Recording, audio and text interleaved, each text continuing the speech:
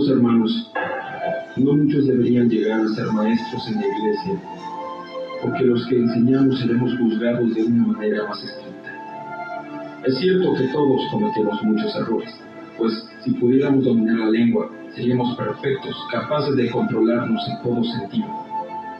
Podemos hacer que un caballo vaya donde queramos si le ponemos un pequeño freno en la ruta. También un pequeño timón hace que un enorme barco gire a donde desee el capitán, por fuertes que sean los vientos.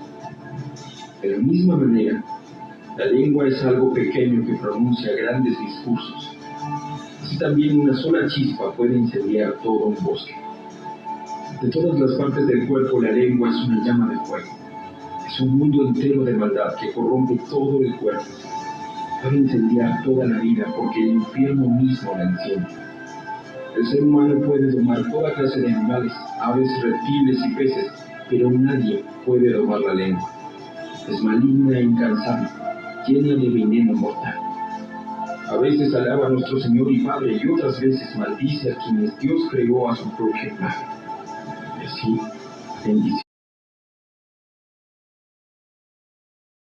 Kabanata sa Aklat ng Santiago.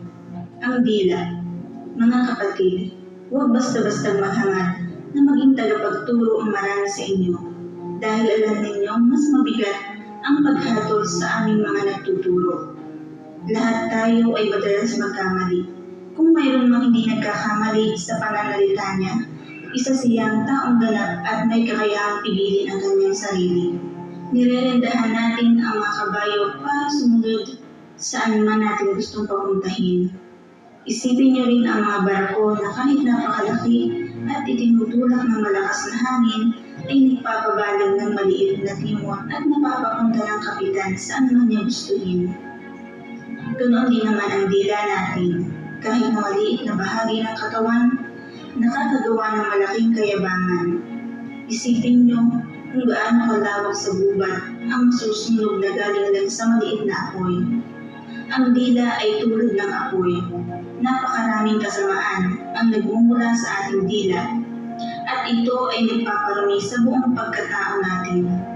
Katulad ito ng apoy na nanggagaling sa impyerno at sumisira sa buong buhay natin. Lahat ng uri ng hayop na lumalakad, lumilipad, gumagapang o nakatira sa tubig ay napapaamo ng tao.